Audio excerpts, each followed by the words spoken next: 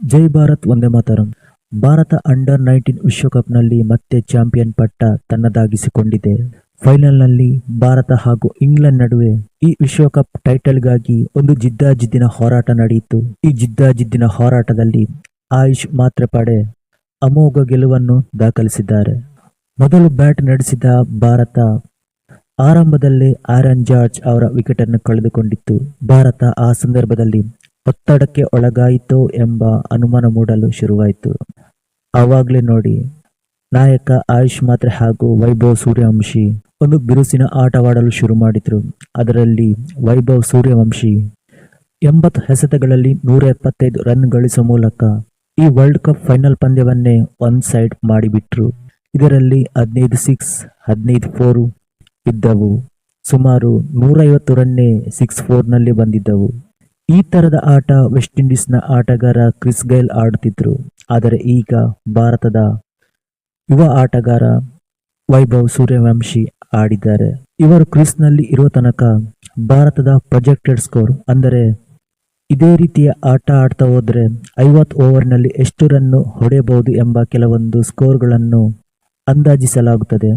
ಅದೇ ರೀತಿ ಸೂರ್ಯವಂಶಿ ಕ್ರೀಸ್ನಲ್ಲಿ ಇರೋ ತನಕ ಭಾರತದ ಅಂದಾಜ್ ಸ್ಕೋರ್ ಸುಮಾರು 500 ರನ್ಗಿಂತಲೂ ಹೆಚ್ಚು ಹೊಡೆಯಬಹುದು ಎಂಬ ಅಂದಾಜಿಸಲಾಗುತ್ತಿತ್ತು.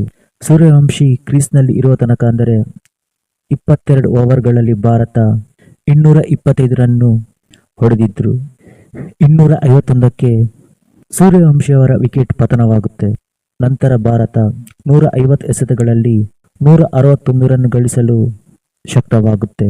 ಕೊನೆಗೂ ಭಾರತ 411 ರನ್ ಗಳಿಸಿ 9 ವಿಕೆಟ್ ಕಳೆದುಕೊಂಡಿರುತ್ತದೆ. ಇದು ಅಂಡರ್-19 ವಿಶ್ವಕಪ್ನಲ್ಲಿ ಅತಿ ಗರಿಷ್ಠ ಸ್ಕೋರ್. ಈ ಸ್ಕೋರ್ ನೋಡಿದ ತಕ್ಷಣ ಭಾರತ ಈಸಿಯಾಗಿ ಗೆಲ್ಲಬಹುದು ಅಂತ ಭಾವಿಸಿದ್ರು. ಆದರೆ ಇಂಗ್ಲೆಂಡ್ ಕೂಡ ಅಷ್ಟು ಸಲೀಸಾಗಿ ಬಿಟ್ಟುಕೊಡ್ಲಿಲ್ಲ. ಇಂಗ್ಲೆಂಡಿನ 19 ರನ್ನಿಗೆ ಮೊದಲ ವಿಕೆಟ್ ಪತನವಾಗುತ್ತೆ. ನಂತರ ಇಷ್ಟು ದೊಡ್ಡ ಮೊತ್ತದ ಸ್ಕೋರನ್ನು ಬೆನ್ನಟ್ಟಲು ಇಂಗ್ಲೆಂಡ್ ಶುರು ಮಾಡುತ್ತಾರೆ. ಒಂದು ಹಂತದಲ್ಲಿ 20 ಓವರ್ಗೆ 170 ರನ್ ಇಂಗ್ಲೆಂಡ್ ಕಲೆ ಹಾಕಿರುತ್ತದೆ. ನಂತರ 7 ರನ್ ಆಗುವಷ್ಟರಲ್ಲಿ 4 ವಿಕೆಟ್ ಪಟಪಟನೆ ಇಂಗ್ಲೆಂಡ್ನದ್ದು ಉದುರಿ ಹೋಗುತ್ತೆ. ಇದು ಮ್ಯಾಚಿನ ಟರ್ನಿಂಗ್ ಪಾಯಿಂಟ್. ಆವಾಗಲೇ ಇಂಗ್ಲೆಂಡ್ನ 177 ರನ್ನಿಗೆ 7 ವಿಕೆಟ್ ಪತನವಾಗಿರುತ್ತೆ. ಅಲ್ಲಿಂದ ಮತ್ತೆ ಒಂದು ಪಾರ್ಟ್ನರ್ಶಿಪ್ ಬಿಲ್ಡ್ ಮಾಡುತ್ತಾರೆ. ಕಲೇಬ್ ಫಾಲ್ಕ್ನರ್ ಹಾಗೆ ಜೇಮ್ಸ್ ಮಿಂಟೋ 92 ರನ್ಗಳ ಜೊತೆಯಾಟ ಆಡುತ್ತಾರೆ.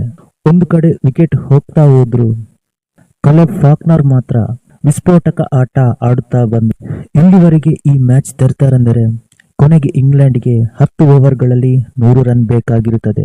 ಆಗ ವಿಕೆಟ್ ಕೈಯಲ್ಲಿದ್ದದ್ದು ಒಂದು ಮಾತ್ರ. ಆವಾಗಲೇ ಈ ಕಲೇಬ್ ಫಾಲ್ಕ್ನರ್ ಔಟ್ ಆಗುತ್ತಾರೆ. ಈ ಔಟ್ ಆಗುವ ಮೂಲಕ ಭಾರತ ಅಂಡರ್-19 ವಿಶ್ವಕಪ್ ತನ್ನದಾಗಿಸಿಕೊಳ್ಳುತ್ತೆ. ಅಕಸ್ಮಾತ್ ಆ 4 ವಿಕೆಟ್ ಬೇಗನೆ ಕಳೆದುಕೊಳ್ಳುತ್ತಿದ್ದರೆ ಈ ಪಂದ್ಯದ ದಿಕ್ಕು ಯಾವ ರೀತಿ ಹೋಗ್ತದೆ ಎಂಬುದು ಹೇಳಲು ಆಗ್ತಾ ಇರಲಿಲ್ಲ. ಇಂಗ್ಲೆಂಡ್ ತಂಡವು ಉತ್ತಮವಾದ ಫೈಟನ್ನೇ ಕೊಟ್ಟಿದೆ.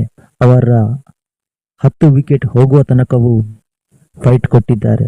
ಕೊನೆಗೂ ಭಾರತ 100 ರನ್ ಅಂತರದಲ್ಲಿ ಗೆಲ್ಲುವ ಮೂಲಕ ವಿಶ್ವಕಪ್ ತನ್ನದಾಗಿಸಿಕೊಂಡಿದೆ.